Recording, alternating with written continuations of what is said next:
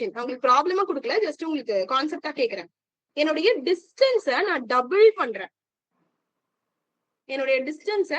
பண்றேன். சரியா? அப்ப சி வேல்யூ என்ன ஆகும்? பாதியா குறையும். Very good. சோ அதாவது என்னுடைய C value epsilon not K A by D. நான் புதுசா கண்டுபிடிக்கிற கெபாசிட்டன்ஸ்க்கு நான் என்னுடைய டிஸ்டன்ஸ டபுள் ஆக்குறேன். அப்ப இந்த இடத்துல C prime is equal to half into C. Already இருந்த கெபாசிட்டன்ஸோட எனக்கு இது பாதியா இருக்கு, ஹாஃப் ஆயிருக்கு. ஓகேவா? அப்ப இதெல்லாம் அப்படியே கொஸ்டின் என்ன கேட்பாங்க தெரியுமா? If the distance between parallel plate capacitor is doubled, the capacitance will be. அவ்வளவுதான் கொஸ்டின்.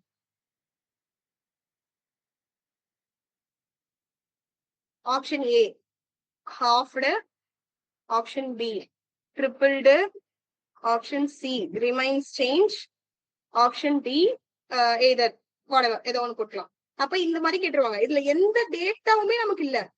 டேட்டாவே எதுவும் இருக்காது. நமக்கு இன்னைக்கு இந்த கான்செப்ட இங்க படிச்சுட்டு உங்ககிட்ட நான் உடனே இந்த கொஸ்டின் கேட்கறதுனால you can be able to answer it. நீங்க இதை இன்னைக்கு படிச்சுட்டு அப்படியே போய் எக்ஸாம்க்கு இந்த கான்செப்ட பார்க்காமலே போய் எழுதுனீங்கன்னா இந்த கொஸ்டினை டச் பண்ண முடியுமா? No, right? So you should be எப்பயுமே அதுக்குதான் கான்செப்ட் திரும்ப திரும்ப பார்க்கணும் அப்படின்னு சொல்றது. ஓகே, அடுத்தது என்னுடைய ஏவை நான் டபுள் பண்றேன். டிஸ்டன்ஸ ஹாஃபா ரெடியூஸ் பண்றேன். அப்ப என்னுடைய சி என்ன ஆகும்?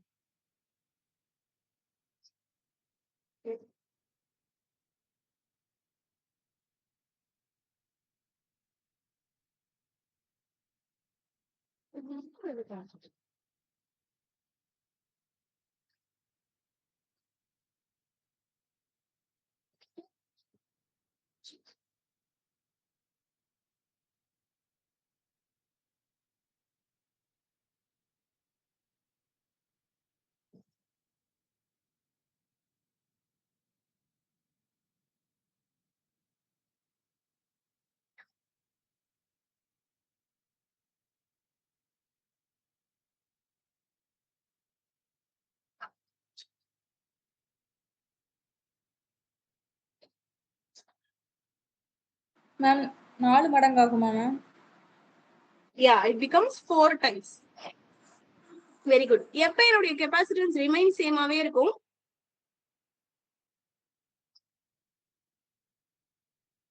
எப்ப என்னுடைய கெபாசிட்டன்ஸ் ரிமைன் சேமாவே இருக்கும்?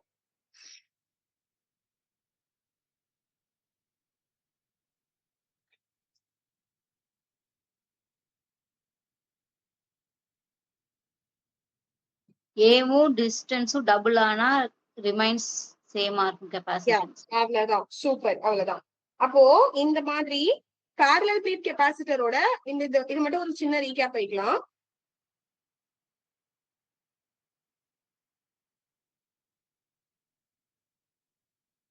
parallel plate கெபாசிட்டர்ல சோ நம்ம ஒரு ரெண்டு parallel plate கன்சிடர் பண்றோம். One is positively charge, another one is negatively charge.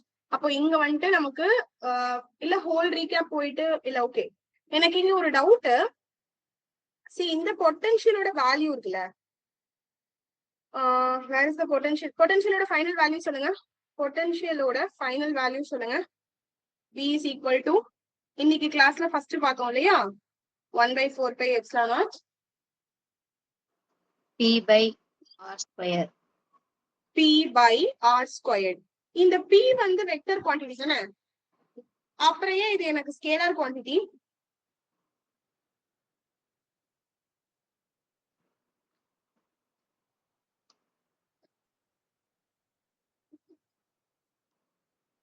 Any idea? ஏன் என்னுடைய பொட்டன்ஷியல் ஸ்கேலார்? எதை வச்சு அதை ஜஸ்டிபிகேஷன் கொடுத்திருக்காங்க?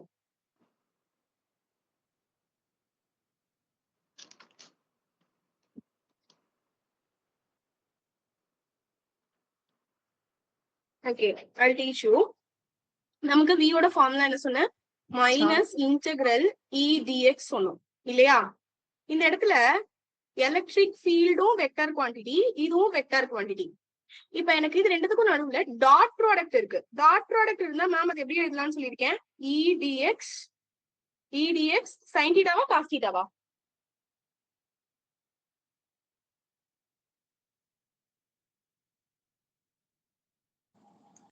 Cos theta. Cos theta. E D X cos theta. அப்போ எனக்கு காஸ் தீட்டால ஒரு வேல்யூ வந்தது அப்படின்னா தட் இஸ் ஸ்கேலார். அதே சைன் தீட்டால ஒரு வேல்யூ வந்தா அது வெக்டர். இத நான் உங்களுக்கு லாஸ்ட் கிளாஸ்ல வேற மாதிரியும் சொல்லி கொடுத்திருக்கேன். இப்போ இ வெக்டரை x i cap plus y j கேப்னு எடுத்துக்கோங்க, x1 y1 எடுத்துக்கோங்க. dx x2 i cap plus y2 j capனு எடுத்துக்கோங்க. இப்போ இது ரெண்டையும் நமக்கு மல்டிப்ளை பண்ணும்போது i டாட் ஐயோட வேல்யூ 1ன்னு ஆயிடும். அப்ப x1 x2 plus i dot ஐயோட வேல்யூ 1ன்னு ஆயிடும். i டாட் j ஓட வேல்யூ 0. அப்ப இந்த i டாட் ஐயும் j டாட் ஜியும் மட்டும் தான் நமக்கு எக்ஸிஸ்டே ஆகும். அதாவது சரி, நான் உங்களுக்கு இத நீட்டா எழுதிட்டு சொல்லி தரேன். இத அன்னைக்கே பார்த்தோம், ஆனாலும் ஒரு தடவை ஒரு கிளாரிபிகேஷன். எனக்கு ஏன் இது ஸ்கேலார்னு உங்களுக்கு புரிய வைக்கணும், அவ்வளவுதான். சரி, நான் இப்போ இங்க இது ரெண்டையும், அதாவது இ வெக்டரை x1 i cap plus x2 j capனு எடுக்கிறேன். e2 சாரி dx வெக்டரை y1 i cap plus y2 j capனு எடுக்கிறேன். இது ரெண்டையும் நான் கிராஸ் ப்ராடக்ட் பண்ணும்போது, சாரி டாட் ப்ராடக்ட் பண்ணும்போது x i cap plus x2 j cap into y i cap plus y2 j cap. இத வச்சு இத அப்புறம் இத வச்சு இத மல்டிப்ளை பண்ணுவோம் இல்லையா? அப்போ x1 y1 பிளஸ் இங்க வந்துட்டு i டாட் i வரும் பக்கத்துல.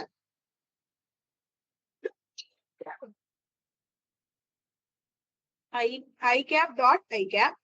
அதே மாதிரி இங்க x1 y2 i cap dot j cap இல்லையா? அடுத்து என்ன வரும்? x2 y1 j cap dot i cap. அடுத்தது x2 y2 j cap dot j cap. இந்த வேல்யூ எனக்கு 0, இதுவும் எனக்கு 0. அப்ப ஃபைனலா இதோட வேல்யூ எனக்கு 1, இதோட வேல்யூ 1 இல்லையா? சேம் வெக்டரோட வேல்யூ வந்துட்டு 1, ஆப்போசிட் வெக்டரா இருந்ததுன்னா 0 ஆயிடும். டாட் ப்ராடக்ட்ல இதான் கதை, சரியா? டாட் ப்ராடக்ட்ல யூ ஷுட் ரிமெம்பர் திஸ். அப்ப இதுக்கு என்ன அப்படின்னா ஃபைனலா நமக்கு என்ன ஆன்சர் வரும்? x1 y1 plus x2 y2. இந்த இடத்துல எங்கேயாவது எனக்கு வெக்டர் இருக்கா? எங்கேயுமே எனக்கு வெக்டர் கிடையாது. சோ இந்த ரிலேஷனை வச்சு நான் உங்களுக்கு ப்ரூவ் பண்ணிட்டேன். பட் மை क्वेश्चन இஸ், இந்த ரிலேஷனை வச்சு அது எப்படி ஸ்கேலார்னு சொல்றாங்க? பொட்டன்ஷியல் ஸ்கேலார்ங்கிறத நான் ப்ரூவ் பண்ணிட்டேன். பட் ஆனா நமக்கு final derivation v is equal to 1/4 pi epsilon naught p by r square. இந்த p டைபோல் மொமெண்டோட டைரக்ஷனை நோட்டிஃபை பண்றதுக்காக அதுக்கு பக்கத்திலேயே ஒரு யூனிட் வெக்டர் போடுவாங்க. என்ன போடுவாங்க?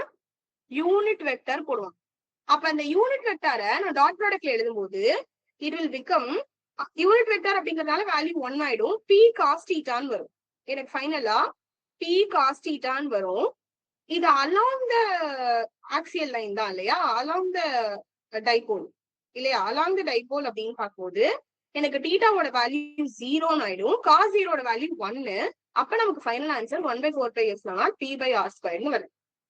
புரியுதா why b is scalarன்னு?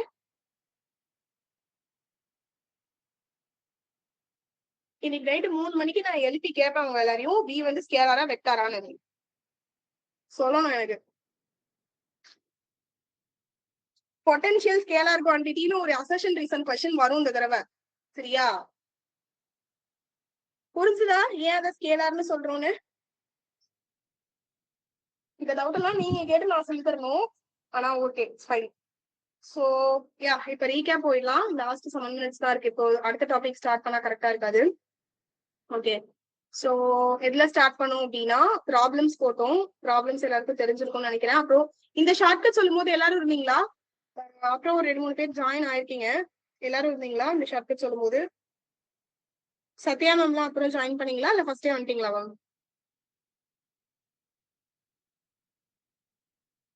Ma'am join பண்ணலைங்க மேம். அப்போ கடைசி ஒரு தடவை சொல்ல மேம் ஜாயின் பண்ண. ஒரு தடவை சொல்லட்டுமா சொல்லுங்க இத? மேம். சொல்லுங்க மேம். அதாவது நமக்கு சைனு காஸ் டான்னு எழுதும் சரியா? சைன் காஸ் டான் இந்த 5 ஃபிங்கரையும் 5 தடவை 5 டிகிரியா கன்சிடர் பண்ணிக்கணும். 0, 30, 45, 0, 30, 45, 60 and 90. ஓகேவா? Just a minute.